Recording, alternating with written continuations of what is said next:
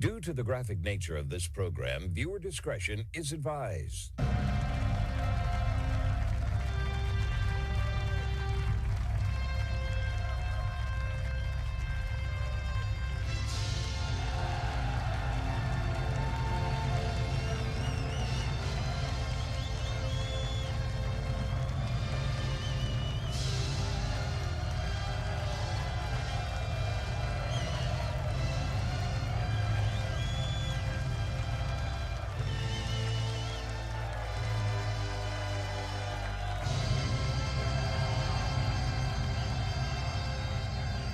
Welcome to the Marco Jure Show, everyone. It is Tuesday, September 16th, 2025. Thank you for tuning in today's show to get all the relevant, groundbreaking news, both here in the United States and around the world. The only show where the facts are facts and hard truths thrive. Please be sure to hit that like button, follow the show, hit that notification tab, and share with as many people as possible to help get the truth out. I appreciate all of you that do that day after day, and I'm seeing a lot of people telling me they're telling more people about it, so thank you to all of you listening that do that. I really do appreciate it. Let's get ready now for the best hour that radio has to offer, uncensored and ready to go. I've got some really, really great topics for us today, so let's dive right into it. As some of you know already, the alleged Charlie Kirk assassin has now been charged. That would be Tyler Robinson. Prosecutors are now seeking the death penalty. So the first thing I ask myself, as someone who's been, questioning what's happening with all this, I said, have they released any ballistic forensic data that ties Robinson to the gun? Haven't heard a damn thing about it. Have they received the bullet during the autopsy of Charlie Kirk to match that bullet with the gun? Crickets, nothing. So how are we charging this kid? How are we doing that? We're basing it off of a note that doesn't even exist anymore between him and the roommate? I don't understand how we can go ahead and place these charges on somebody for murder when there is zero forensic evidence that link the gun to the bullet and, of course, the bullet to the bullet that killed Charlie. Yes, we know that he has said some hateful things, allegedly. But now people are saying, well, he confessed. Well, no, he didn't. Governor Spencer Cox said that he hasn't cooperated. He hasn't confessed to the murder. And it's very odd to me that he plans all this well in advance. He's got the skill set to do this. And then he goes and obviously makes a lethal kill with one shot. Very difficult to do, by the way, unless you're very, very tactically sound. Changes his clothes on the roof somehow. Has a towel in the backpack. Packs everything in there but leaves a screwdriver right in the position where he made the lethal shot from. Scales the roof, gets off, scales it wrong, by the way, makes it away, evading police, isn't stopped, goes through a community, now reassembles the Mauser and places it in a bag that he has inside of his backpack and leaves it. Keep in mind, he lives about 270 miles away from Utah University, or Utah Valley University, excuse me. Can we get evidence that we can ping his cell phone of being in the area that entire time? I mean, you've got to tell me it's about a 4-hour drive. He's got to be up that day in that area with at least 4 hours time before the event starts. Parks his car, right? They've now obviously repoed. He's got to get on the roof somehow. We still have no idea how he got on the roof. How did he get on the roof, folks? And we know he had to have at least been on the roof a day before, at some point in time. They made the announcement 6 days before. So that means in that span of time, this kid had to have known that Charlie was coming to the campus of which he attended. He had to find a way to get on the roof, figure out where he was, where he needed to be. Based on where Charlie was, he had to figure this all out. So likely he has to have a rangefinder in his, possession of some sort to figure that out so he can, again, zero in the scope to make sure that it's all ready to go. We have no answers on this. Does he have that in his possession? Who owns the gun that they now have in possession? Is it registered to him? Did he buy the firearm? Did he get it from somebody else? We have no idea. We're not told a damn thing. We're told the towel is his and a screwdriver is his. You know, that's compelling, but that doesn't tie the two main pieces of evidence. We know that Charlie Kirk was shot. That's definitive. Does the bullet match the round that was placed inside that firearm? Can we place that firearm's forensic evidence, all the ballistics, to Tyler Robinson? Can we do that? Have we been told any of this? We're told that there was a note exchange. We're told that Discord deleted any messages between him and other people, where he's talking about committing this murder. I mean, that's not definitive evidence, though. Someone just telling you something. I mean, again, if the ballistics match and he's telling other people when he refuses to talk, that would be something that we look into right after it happens. Okay, he told this person and that person. But again, he goes on this confession tour, and then he refuses to cooperate with police. They're saying that he planned this well ahead of time. Okay, so we've got to place him on campus, at least at some point before this day, where he's on the roof. Again, how does he get on the roof? Does everyone have access to the roof at Utah Valley University? I have to ask you this. How could somebody get on a roof of a university? 2 days, at least. And nobody knows how this happened? How come in the video footage we see the person in all black, yet the other footage they've been sharing on the mainstream media shows him wearing a completely different outfit? Oh, well, he changed. That's what Governor Cox said. So you're telling me he got on the roof, changes into all black, and then leaves? And then puts the clothes back on that they are conveniently on the news media.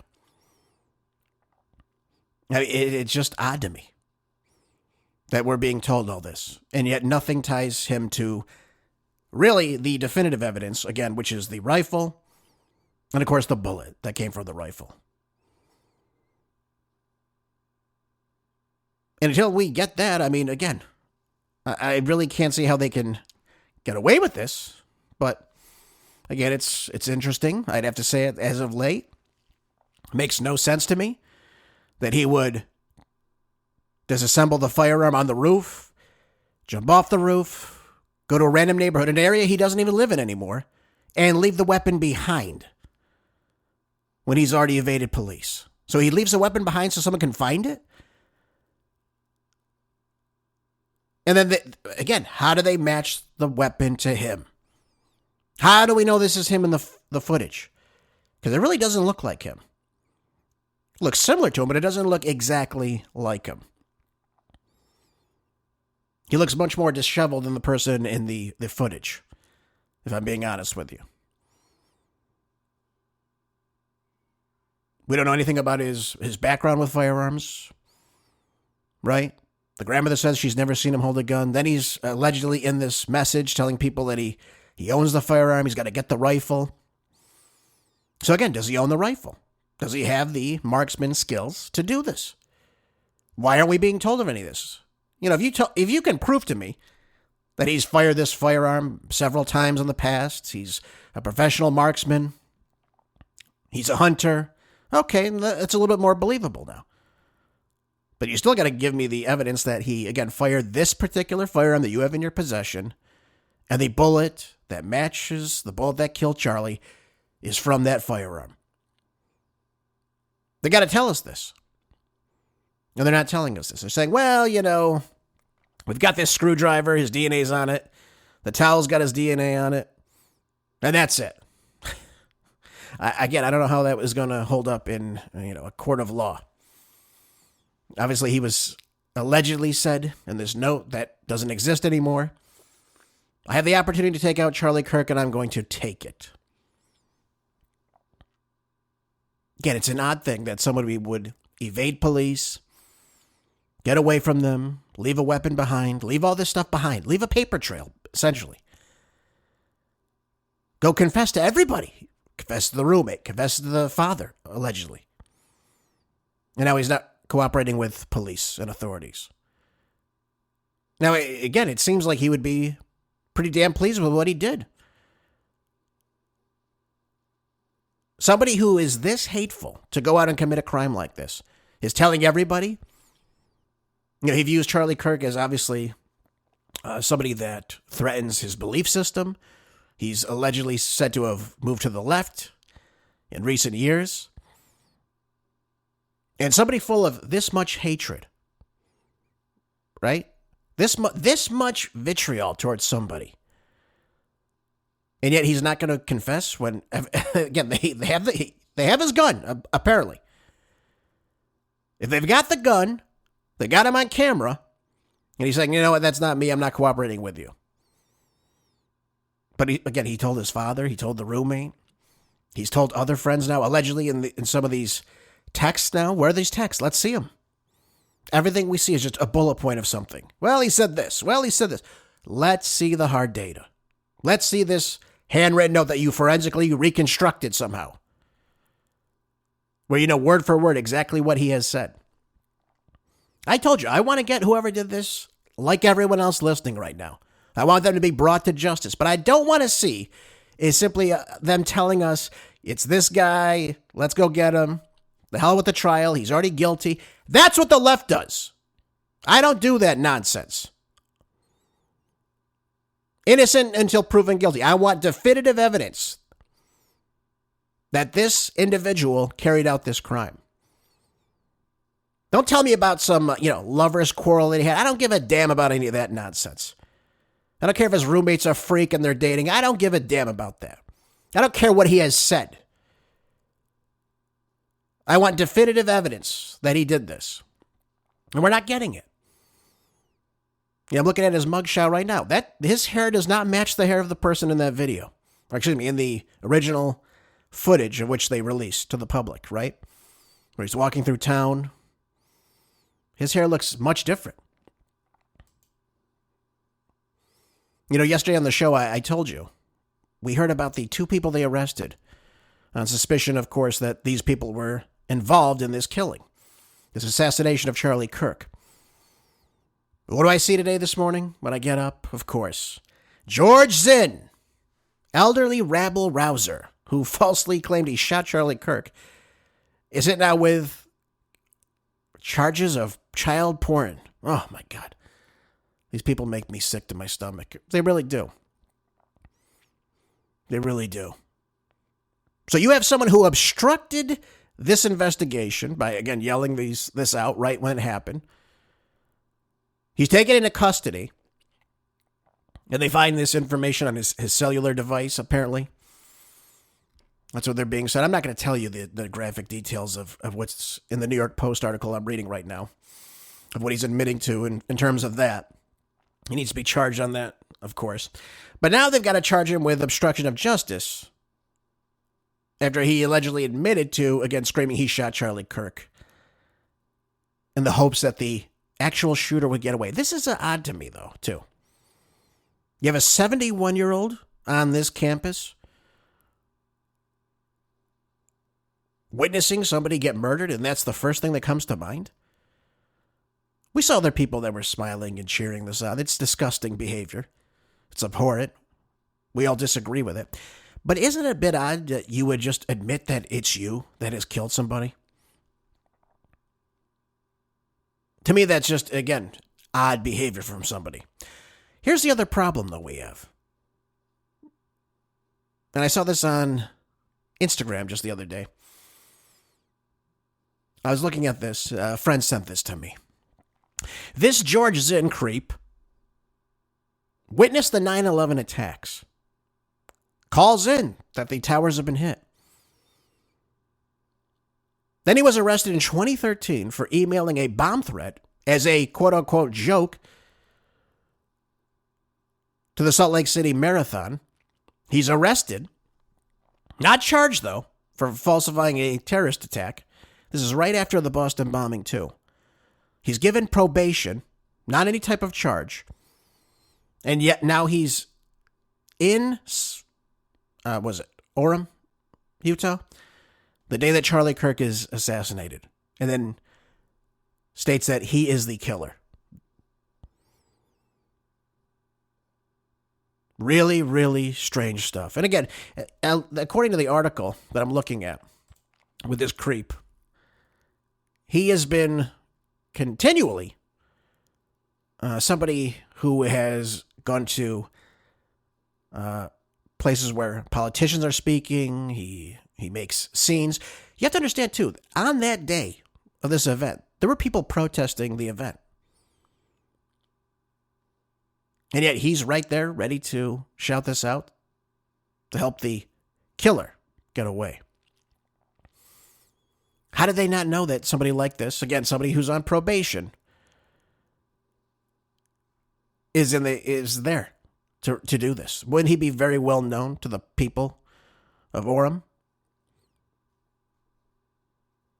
There's almost every political event you can think of.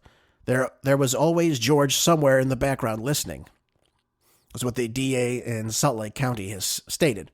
The charges against Zim come as 22-year-old Tyler Robinson, who police believe actually shot Kirk, was hit with aggravated murder and other felony counts today. Yep, this is... authorities now made it clear that there is no evidence that Robinson and Zim colluded during the assassination. Again, what are the odds that he's at all these big major events? He's involved in something where he's promoting some type of terrorism. Do either of these two individuals know or have a common link with any type of terrorist organization? What am I talking about? Are they involved with Antifa at all? Or any other radicalized left-wing group in America? Whom do these two people know? There's got to be something here. The coincidences are a bit striking to me. That this guy would be at this event, would claim that he murdered Charlie Kirk to help somebody he doesn't know get away from police. It's not like he was just cheering. This guy confessed right then and there that he shot Charlie Kirk and he wanted the police to kill him. He even went so far as later to tell police that he wanted to cause a distraction for the real gunman, but also said that he wanted to be a martyr for the person who was shot. That's what he told Fox 13. Zinn's action stalled the probe, of course, to finding Kirk's killer. So he needs to be charged for, obviously, both of these crimes that he committed that day. Lots of odd stuff happening in this case, folks. Lots of questions not answered. Iceland, you want to figure out what's going on.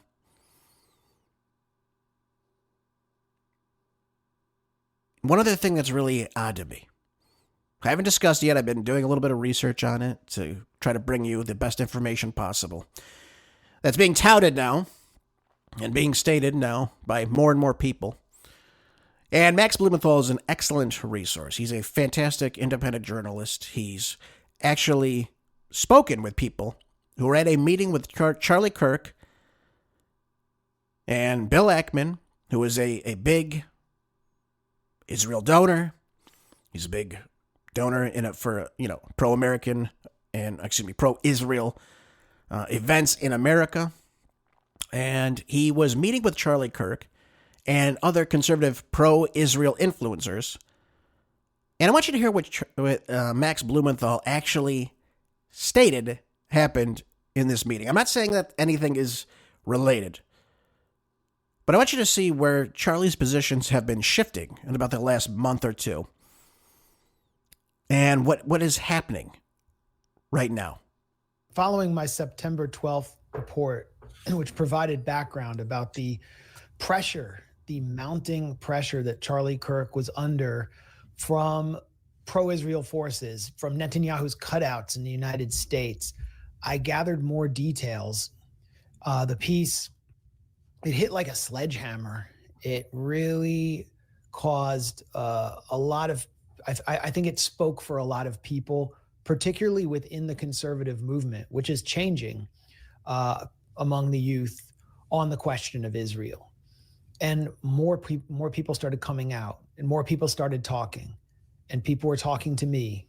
And these were people who had knowledge of a tumultuous, stormy meeting held in the Hamptons during the first week of August, convened, according to multiple sources, with knowledge of this meeting, intimate knowledge of this meeting, by the billionaire ultra-Zionist financier Bill Ackman, who is close to Netanyahu and his kind of network in the United States.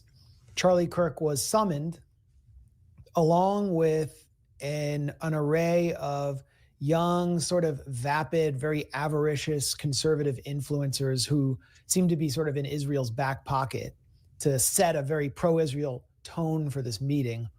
And Charlie Kirk was, according to one source, hammered by Ackman and others for allowing Israel critics, very prominent conservative voices like Megyn Kelly, Tucker Carlson, or the anti-Zionist Jewish comedian Dave Smith to appear at his events.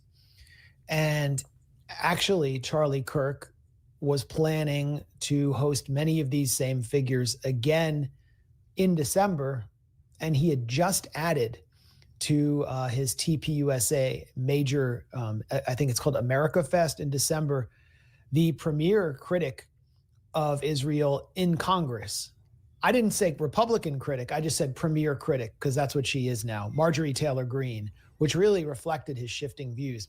And Ackman, according to multiple sources, had this meeting to basically bully Charlie Kirk into submission. Charlie Kirk walked away, according to one person, feeling like there was an attempt to blackmail him. He refused any offers of funding, and also he turned down $150 million. Just so we're all aware with that. He turns down this large sum money offer. He was said to have stated that Netanyahu was a bully and fundamentally dishonest. So you see that Charlie Kirk's positions have been shifting in recent months.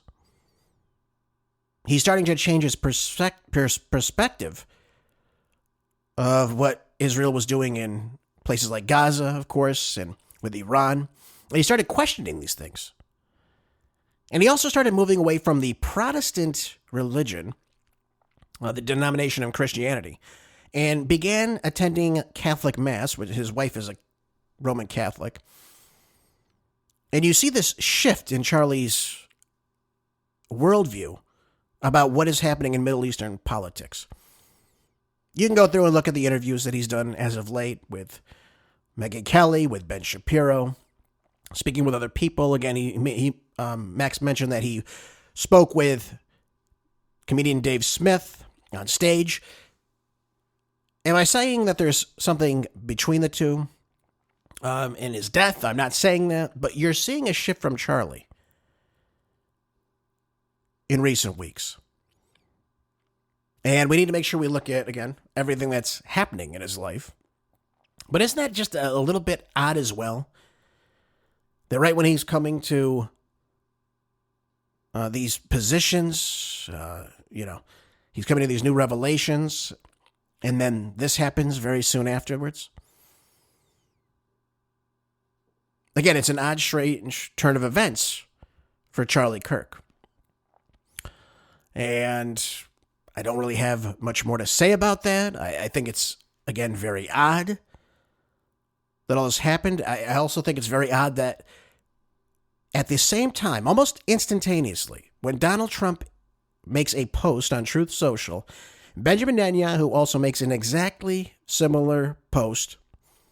And he goes on to talk about the relationship they've had. As of late, he says that Kirk was supposed to come to Israel and do whatever. But we know that Charlie Kirk actually turned that down. So he's painting a false perception of, I guess, their relationship, which, again, people disagree. It's not illegal, of course. But it just, again, it begs the question, what's going on here? Charlie has this massive platform. He, again, in the past, he's extremely pro-Israel. Absolutely. He's even said it himself. Then all of a sudden this happens. We see that the relationships are being severed. He's speaking more with Candace Owens. Marjorie Taylor, he's starting to bring out people that are questioning the narrative. And I would have to argue, again, based on what I've been told, what you're hearing right now, that he's moving away from these positions.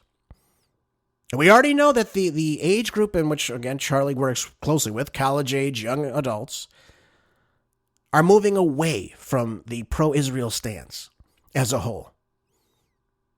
Even many factions in the conservative movement are moving away from Israel as a whole. He was questioning the Epstein case. He was stating, we have to get this information out. There's nothing wrong with questioning this. They don't like that. Clearly, they don't like that. Because again, of Epstein's ties to people in intelligence or people in, obviously, the Israeli government. They don't like it. So I thought that was a big turn of events. I wanted to share that with you. People are talking about it. I believe we should talk about these things. And I want you to understand whom he was speaking with as of late. It just begs the question, too, is anyone else involved in this? We need to know this. We need to know this as well. All right, let's move on. That's all I want to say about this. We'll keep an eye on these charges that will be presented to Tyler Robinson, and we'll see if any more definitive evidence comes forward. Something tells me we're not going to hear much more about that.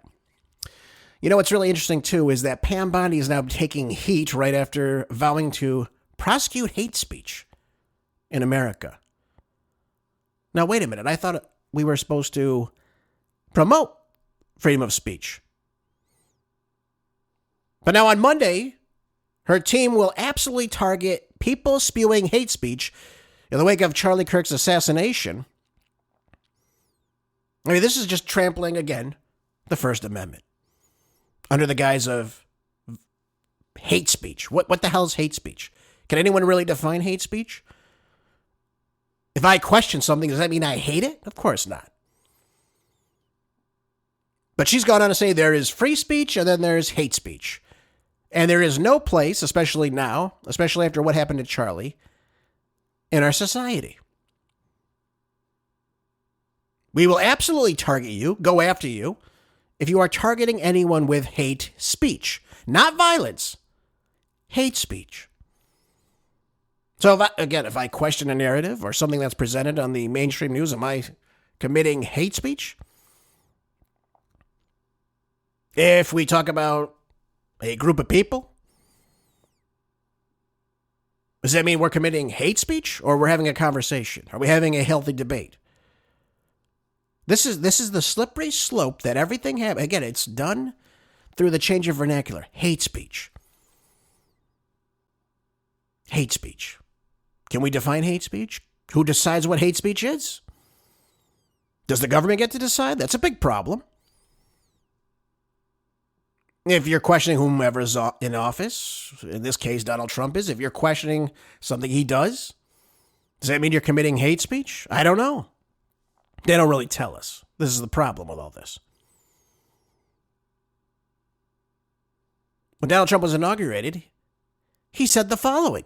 After years and years of illegal and unconstitutional federal efforts to restrict free expression, I will also sign an executive order to immediately stop all government censorship and bring back free speech to America.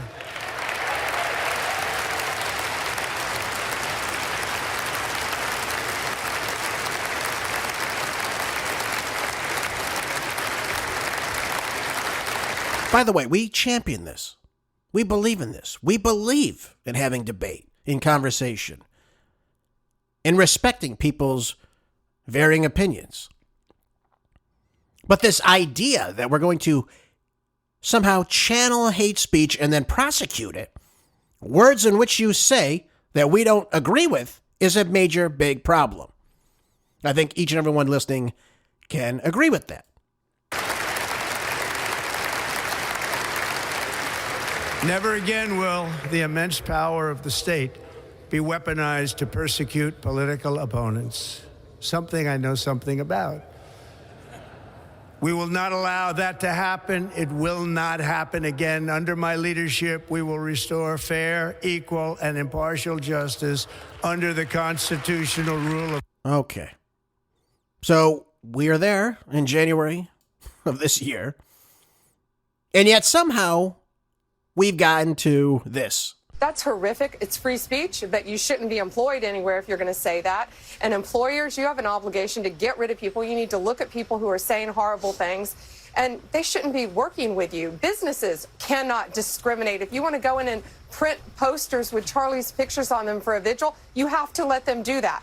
We can prosecute you for that. I have Harmeet Dillon right now in our civil rights unit looking at that immediately, that Office Depot had done that. We're looking at that. But Sean, that's... Okay, so there is a difference between hate speech and promoting the violence of somebody. These are two totally different things. And my concern is that they're going to kind of mix these two together. If you start telling people they can't, say certain things that they believe in. Now, if you're championing someone's death and your business wants to, again, fire you, that's up to your employer. But we start saying that the DOJ can prosecute businesses for refusing to do something. This is a big problem. An independent business, I understand that. We're seeing that happen because people, again, are championing the death of somebody. Probably one of the most horrific things we've probably seen on television ever in our lifetimes. They're championing someone being killed. They're happy that someone has been murdered in front of his family. Now, if an employer sees this hateful rhetoric and they want to cut ties with you, that's up to the business. And tell you the truth, I don't blame them. Why anyone would be happy about that is beyond me.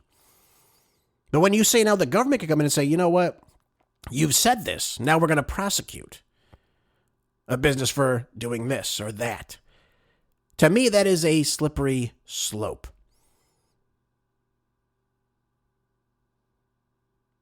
That's all I have to say on that. Again, I'm not saying that people should be championing violence, which is what we're seeing from people on the left right now.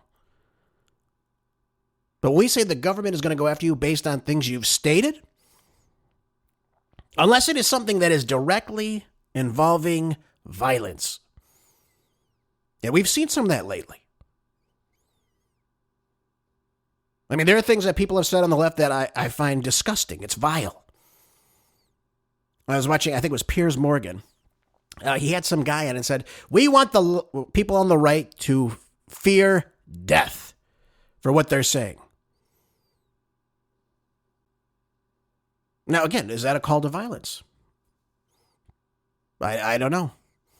How do we assess this in terms of, is someone saying to go out and commit acts of violence? This is what we have to ask ourselves.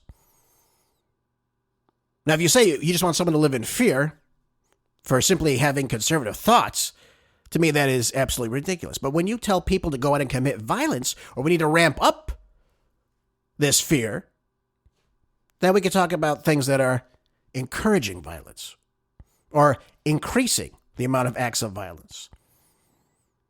We've seen this from the left for a long time now. They've never been called out on this. Just look at Maxine Waters. Listen to some things Nancy Pelosi has said. Listen to some of the things that these actors say about attacking people, punching people, striking people. But my fear is that the government prosecuting speech or businesses for refusing to do something can increase the likelihood of trampling on free speech. Now, if you wanted to make like a memorial post and your business fires you Again, I don't understand that or how that can be litigated. But if you're promoting violence and championing violence, and an independent employer has a quarrel with that or that belief system, that's up to them. I don't think anyone wants, again, to be taught by a teacher that's championing somebody being murdered or happy about that or posting that should happen to other people. That's something completely different. That is violence. But when the government comes and said, you know what, we're going to prosecute this,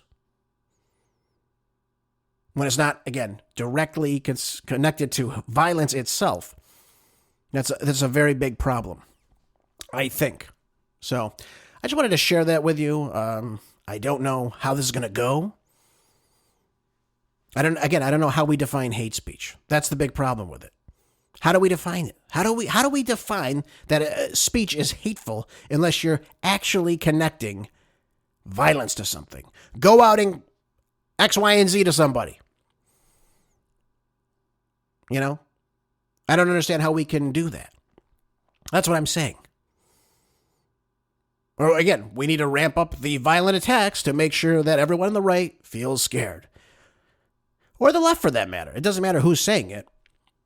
I'm just saying, threats, calling for assassination, championing political violence, and encouraging it is something different than just speaking. I mean, you could say you don't like Charlie Kirk. That's your prerogative. I have no say in that. You could even say you don't even care that this happened to him.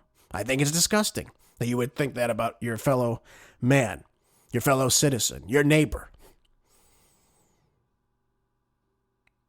But there is a slippery slope when we start to crack down on words that don't match up with actual actions of violence.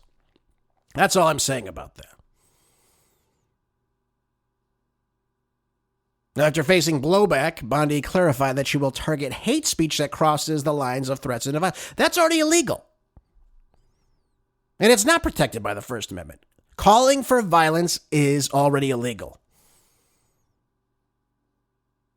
Now, if there's a riot and someone says, let's burn this business to the ground, we're going to kill everybody inside, that is violence. That is illegal already. That should be prosecuted. That should be stopped. That should be litigated and adjudicated as against the law. You don't have a right to burn someone's property down. You don't have a right to harm somebody because they disagree with you. Those are calls to violence. But when we say the words hate speech, that, again, we don't know what they mean. Again, if I question a group for doing something, does that mean I'm committing hate speech? I don't know. See, we don't know what that means. Now, Bondi also went over to say on X, she said, for far too long, we've watched the radical left normalize threats, calling for assassinations, and cheering on political violence. That era is over. You know, again, we saw this on MS Nobody Cares. They had a guest on one of the shows. I'm sure some of you have seen it. That somebody said, we've got to put a bullet in Donald Trump. We've seen music videos where people are openly pointing a gun and pulling the trigger at a replica of Donald Trump.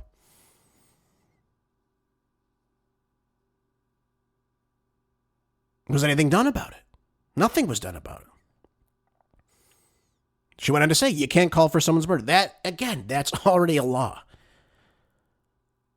You can't do that. You cannot swat a member of Congress. You cannot dox a conservative family.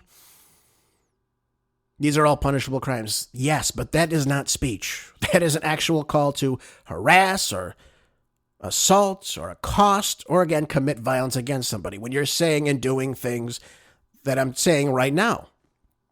But does that equate to hate speech? What is hate speech? Nobody knows. Nobody knows. All right, let's move on, though. This is in the Gateway Pundit. I want you all to hear this. Trump was asked about, is he going to 100% designate these violent radical left-wing groups as domestic terrorist organizations in the wake of Charlie Kirk's assassination. He was asked about this in the White House, and this is what he had to say. Do you plan on designating Antifa finally a domestic terror organization? Well, it's something I would do, yeah. If I have support from the people back here, I think we'd start with Pam, I think. But I would, if you give me, I would do that 100%. And others also, by the way. But Antifa is terrible. Are there other groups that you can think of? There are other groups, yeah. There are other groups. We have some pretty radical groups, and they got away with murder.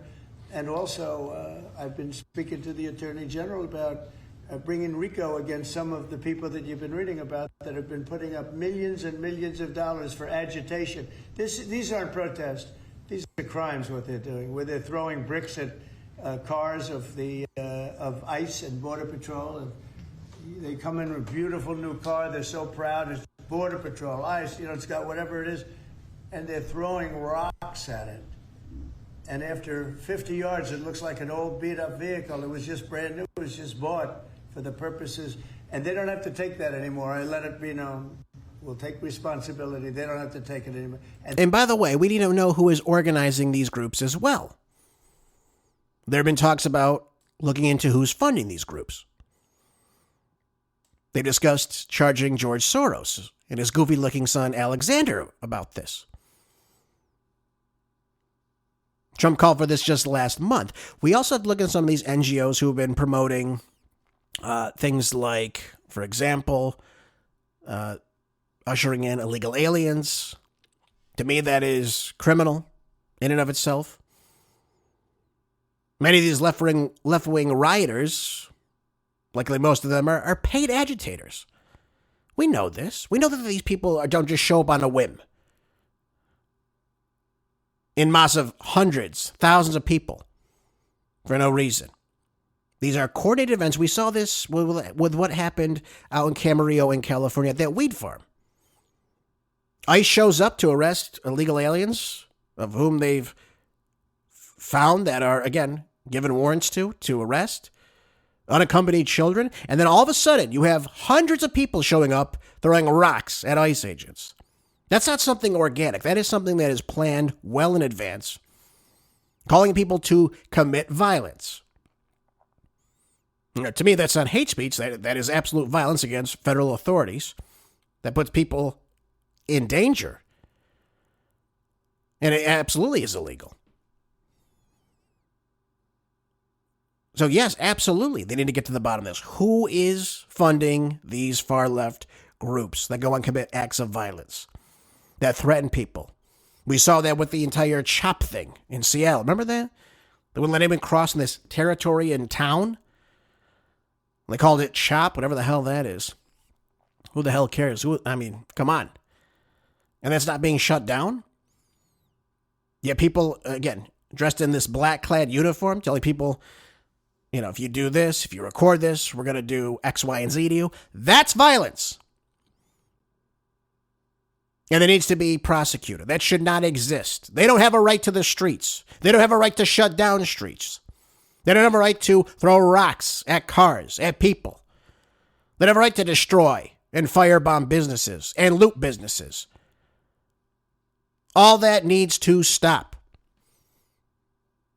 Now, whether it's local gangs doing this, which, again, they're all in the same damn clothing. They show up, they ransack businesses. That's got to stop. 100%. And like I told you, if you have, grandma on January 6th, zooming in on her ear to figure out it's her, and then the FBI can figure that out, I think they can find out who some of these criminals are. Just a thought.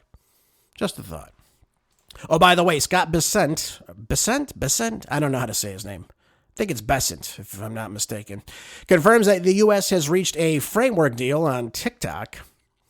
Now, he declined to go into details, but said that Donald Trump and President Xi of China are going to be coming to an agreement likely on Friday of this week. The Treasury Secretary confirmed that the United States has reached a framework deal with Chinese negotiators on the social media app TikTok. Confirmation comes after President Trump hinted at a deal earlier on Monday, ahead of the Wednesday deadline, for the short video app U.S. assets to be divested or shut down. You know, this is odd to me, though, because you have a foreign app that is owned by this company called ByteDance. All right. And they're trying to say that because the Chinese government has algorithms where Chinese children that use it is more geared towards education. I've talked to parents here in America, and the algorithms are totally different.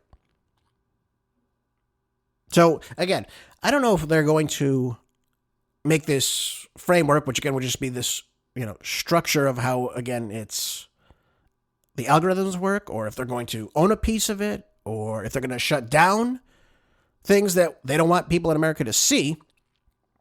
I would never, tell anyone to have their kids on these apps, first of all. I don't think it's good. I don't think kids should have cell phones, if you ask me, unless they're driving a vehicle or anything of the such. I mean, in that case, you give your kid a flip phone if you're that concerned about where they are and where they're going and you want to communicate with them. They don't need to be on these apps 24/7. Now, an adult is different. If an adult wants to promote their business or follow certain influencers, that's up to them. And if the government is really concerned that China is spying on them, then you shouldn't have anyone in the federal government on these apps. Just thought I'd share that with you. But he's saying they do have a framework for the deal. They're not going into discussions about what that actually means, if that means they're going to, again, own a piece of it, control a piece of it, shut down a piece of it. I have no idea. They want to do this for a long time. But right now, it's the freest app in terms of expression for politics in America right now. And we can't control that. They can control Instagram, Facebook. We saw them shut that down in terms of free speech, especially during the COVID. You all remember that. You talked about ivermectin or hydroxychloroquine or getting exercise. You were shadow banned, or your posts were taken down. Or you had one of those nice little disclaimers. Well, the real science is right here on the CDC website. Don't talk about this. Do we want to censor free speech? Now, again, one of the things they can't control is the way that the war in Ukraine, the war in Gaza, are presented to the American people. They can't control that because we don't have a stake in it right now. But you can, I would bet on it that they're going to, again, try to censor what is being said. We know Netanyahu also wants to put in millions of dollars into these social media apps to change the narrative, change the worldview about what people are thinking, people are seeing. And we'll see how that affects, again, independent journalists and what have you. But they can control YouTube. They can control, again, all these other apps that are owned by America. They control Google and what you see and these algorithms, but they can't control TikTok. And that's a big problem to them. So I'm interested to see what they actually come to a deal with. I don't know. But they seem to have it all worked out. So we'll look for that on Friday and see how that ends up. By the way, one of the good things in Florida right now, I'm very happy to see this in the Washington Examiner. It says that Florida Attorney General clarifies open carry law of the state after appeals court ruling causes confusion. Florida seems to be doing everything right now, which is, I think, is fantastic. It says here that Florida Attorney General James Uthmeier issued guidance to police and prosecutors on Monday, advising them that the state's law prohibiting open carry is no longer enforceable. In this memorandum by Uthmeier to law enforcement comes after appeals court ruled last week that Florida's decades-long ban on open carry violates the Constitution, citing it as a part of its basis of a 2022 U.S. Supreme Court ruling regarding the Second Amendment rights known as the New York State Rifle and Pistol Associations versus Bruin. And it goes on to say, because no other appellate court has considered the constitutionality of Florida's open carry ban since the SCOTUS decision in Bruin, the first DCA's decision, and binding on all Florida's trial courts, is what Uthmeier wrote, meaning that as of last week, open carry is the law of the state. I mean, it's a pretty amazing win for the Second Amendment. I think you'd all agree on that. That you have a right to carry whatever firearm you want, so much as that it's not concealed. Uthmeier released the guidance after some law enforcement officers in the state expressed confusion over whether the Wednesday decision from the First District Court of Appeal of Florida held the authority over the previous decision from a higher court. So it seems like open carry is the law of the land in Florida. Now, while a slew of sheriff departments and police agencies across the state announced they would no longer enforce the open carry ban last week, some were unsure of whether the 2017 ruling from the Florida Supreme Court held binding precedence over last week's decision. It seems like the state of Florida is now much more free for the Second Amendment. They need to look into these red flag gun laws, though, in the state of Florida, which I view as completely unconstitutional.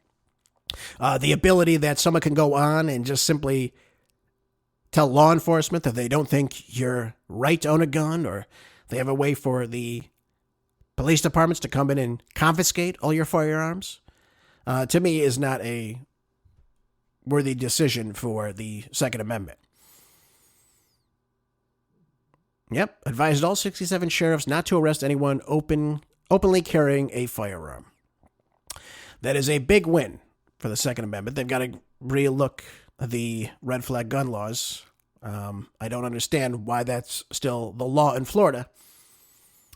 Again, think about this. If you were friends with someone and they wanted to get back at you in some way, if something happened between your relationship, or it's a husband and wife, or whatever it is, and one of the individuals calls the police on you and says, hey, you might want to look into this guy. He said X, Y, and Z to me. I don't think he should own a firearm. No, they have carte blanche to come in and just take everything that you own. So be careful what you say you own, or what you post online, because someone could come in and say anything to get those guns out of your possession. And then you have to go through a lengthy court battle to try and get them back. It's just a mess. And I don't know why Florida is allowing that to happen, but allowing open carry again in the state. So be careful what you do. Own your gun responsibly, of course. That's very, very important. But a good win for the Second Amendment in the state of Florida. I wanted to go over this yesterday. I didn't have any time, so I want to go over it today before we wrap up the show. And they discuss in each state the number of farms. And I know some of you are saying, what the hell do I care? How many farms are in each state? What do I care, Gervais? Come on. Tell me something more important. But today, the average farm in America stands at 466 acres.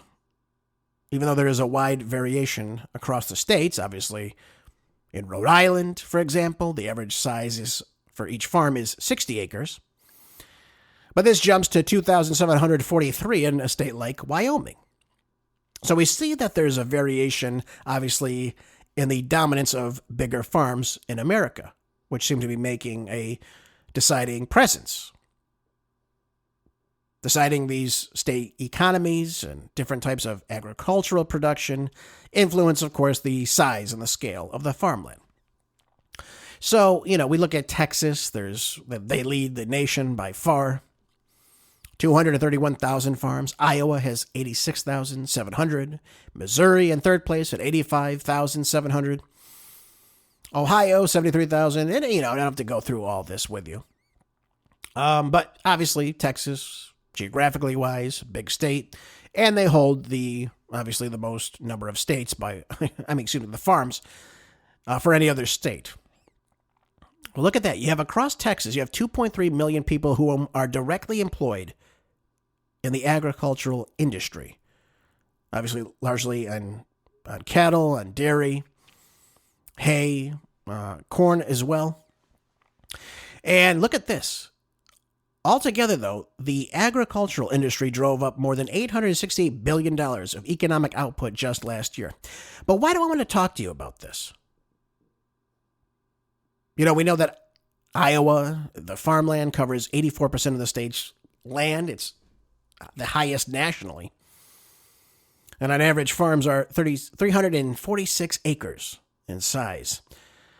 California, meanwhile, is home to 62,500 farms, with dairy production topping 8.6 billion alone. The state also produces 75% of the fruits in America and nuts, over 1/3 of its vegetables as well. So, why do I say this to you? Why is this important to you? Because you're seeing the small family farms, the smaller operations, 80, 90, 100, 110, 120 size farms starting to go out of business. They're not there anymore. And what you're seeing is people that have, 1,000, 2,000, 3,000 cows, where they're milking a day, these big operations, and they're owning, obviously, more land. Well, again, as time goes on, you have people that simply are not going to be buying up that much land as, again, the cost of land is increasing in America. So it's going to be harder for someone who's smaller, who's more independent, to get their operation and their business going, to produce dairy, to produce fruit, vegetables, you name it, in America. Getting the subsidies, getting the bank loans that are needed. So you're going to see, what you're going to start seeing in a 5-year, 10-year time. You're going to see a lot of these bigger factory-type farms producing what the government wants them to produce. And you see the smaller guys simply go out of business. I'm not happy about that by any means. But it's going to become a much more costly process. One of the other problems, too, that we're seeing, especially in the terms of agriculture and land, you're seeing nations like China buying up land in America, largely next to military bases. Why we're letting a foreign nation purchase our farmland is beyond me. I don't understand that at all. And also the number one owner of farmland in America. You want to know who that is? It's Bill Gates of hell. Yep. Bill Gates, standing at the gates of hell, that's him, is the number one owner of farmland in America. Bill Gates. Isn't that amazing to you? A computer geek is the number one owner of farmland in America. Why is that, do you think? Something nefarious? Probably, I'd have to say. I don't understand. The guy who wants to depopulate America is owning more and more farmland. The guy who owns Appeal. Yep, the chemical they put on your produce, right? This gel, whatever the hell they're putting on it, which is toxic to you. And by the way, if you see that Appeal, A-P-E-E-L, on your labels, I would put that back if I were you. Now, they tried to put it on the organic produce, didn't work. I was very, very thrilled to see all that. But we need to know where our fruit's coming from. We should want, these smaller family farms, these people that attend farmers markets or sell locally in your stores. These are the people you want to produce for you. These are the people that get up and bust their asses every day for you. These are the people you want to support. These are the people you want to keep in business. Where they have generations living on the same farm, working the land. That's what you want. I'm not saying there's anything wrong with people that have larger farms, but I'm saying to you, we don't want people to simply go out of business. We don't want the government to just simply hold contracts with a lot of these big corporations, these big efforts type farms. And that's all I have to really say on that to you. So we'll see how, of course, the future of farming is in America. Folks, hope you enjoyed the show today. I hope you'll share it with some friends. Hope you'll learn something from it. We'll keep an eye on everything that's happening in the Charlie Kirk assassination, of course. And, of course, a lot of these other things like free speech and the Second Amendment. And, of course, what's happening with our economy. Share the show. Make sure you're keeping your house in order, folks. Make sure you are storing up food, water, ammo, guns, anything you need to be self-sufficient. And I'll see you tomorrow, as always, on the next Marco DeRay Show. Until then, be good, stay busy, and God bless.